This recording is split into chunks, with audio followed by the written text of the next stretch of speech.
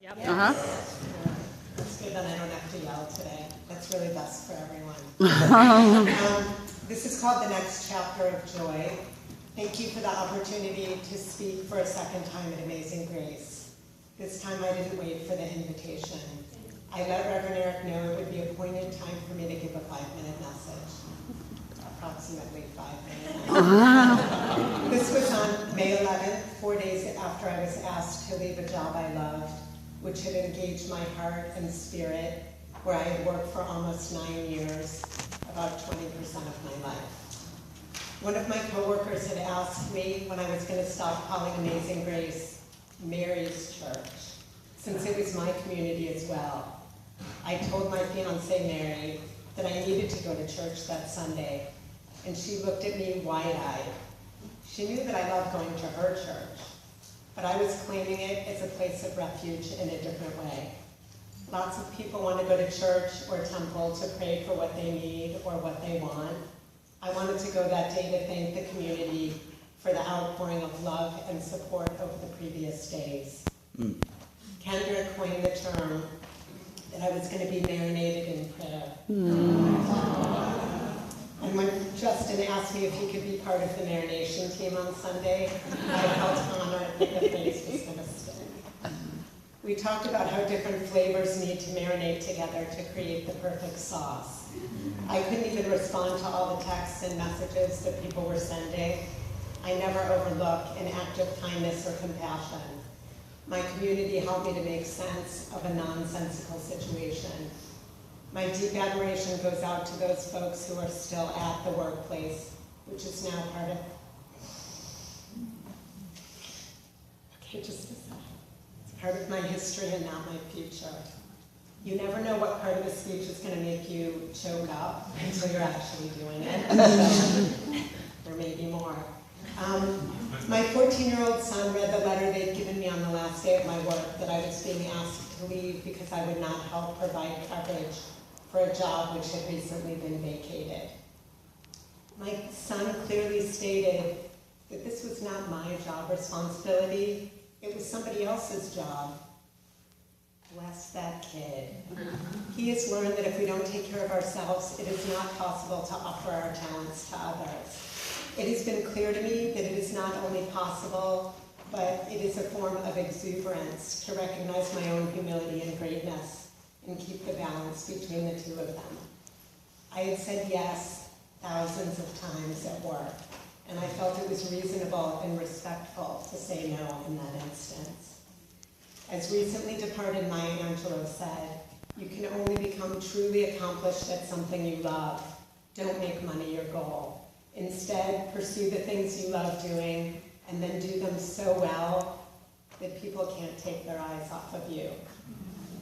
I think Reverend Eric knows that particularly well, because that's something that I watch you practice, and it's amazing.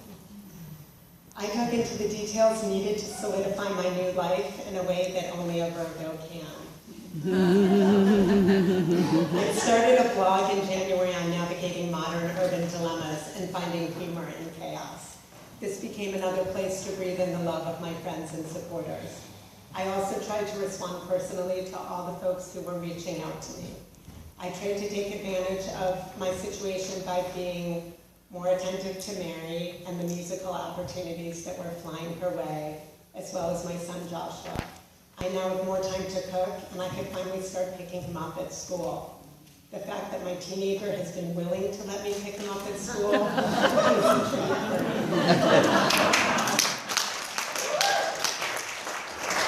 That's hard for teenagers. Yeah. I finally have time to visit with my friends, but here's the challenge. I had recreated a lot of the chaos that I just left in my job by running nonstop and doing constant networking with my newly found time. Reverend Colette emailed me that she was going to keep me on her prayer wheel, a new concept to me. One day I was gifted with a message on my voicemail from Reverend Eric.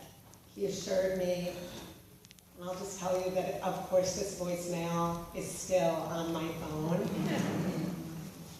He assured me in a special form of positivity that I would look back on this time with gratitude for having been freed from my job, find employment where I will be appreciated, feel less stress, earn more money, and more fully utilize my talents.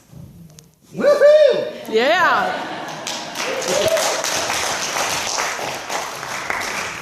There's a lot of clapping in this speech. He also left me with a soothing phrase of comfort that one of his mentors had recently told him. Anxiety is lack of faith in God. A week after I was set free from my job, I cried when I was sitting in the dentist's chair. It's not because I was in physical pain. It was the first time I had sat quietly for a week. There's no way around grief, only to go through it. Here's one insight about what was happening. The grief was as real and true as the joy and spiritual opportunity that had presented itself. I was inspired to create business cards to describe my new vision. I am a joy catalyst, and my intention is to help folks keep energy moving in their personal lives, as well as their work situations, to live the best life possible. My friends, family, and colleagues have already experienced how I support and encourage their highest good. Joshua helped me design a business card without a business plan. This had not been my previous way of doing things. I would have deliberated tediously over a business plan before I ordered the cards, but my faith was stronger than my fear. The first recipient of my card said it was precisely the kind of consultation she needed for her business. We sat and brainstormed together, and true to its title, the joy flowed. Once I decided to shine my light, it simply hasn't been possible to slink back into the darkness. There are times the darkness tries to catch me in the undertow, but I'm an excellent swimmer. I merely need to keep my self-care momentum in full swing. I've been reading Byron Katie's book called 1,000 Names for Joy, Living in Harmony with the Way Things Are. She is a great lover of what is. Since she uncovered that philosophy, she stopped suffering in her life and lives every moment with joy. I recently went to a medical appointment and had arrived in plenty of time, another new experience for me in my life of not rushing. When I walked into the bathroom, the light turned on from a motion sensor. Since I was close to finishing the book and not in a hurry, I decided that I would read the last pages right there. I guess I lost track of time because before I knew it, the lights went out. I had two options, and one involved calm and the other involved panic. It wasn't like being trapped in an earthquake. I was safe, but I could certainly benefit from some light at that moment. I waved my arms, but that didn't set the light sensor, so I sat there and didn't try to devise another solution. After a minute or so, a woman entered the bathroom, and lo and behold, the lights turned back on. I wanted to thank her, but it seemed best to get out of the bathroom. I had a great opportunity to practice Byron Katie's theory of loving what is. And this is the same opportunity I've been given regarding my employment situation.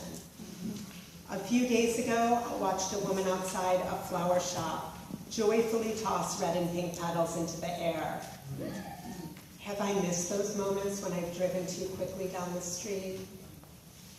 I'm eager to see what's going to unfold in my life, however it looks. There's a bear who states my sentiments pretty clearly. Well, said Winnie the Pooh, what I like best. And then he had to stop and think. Because although eating honey was a very good thing to do, it was a moment just before you began to eat it, which was better than when you were. He didn't know what it was called. Thank you for holding my heart.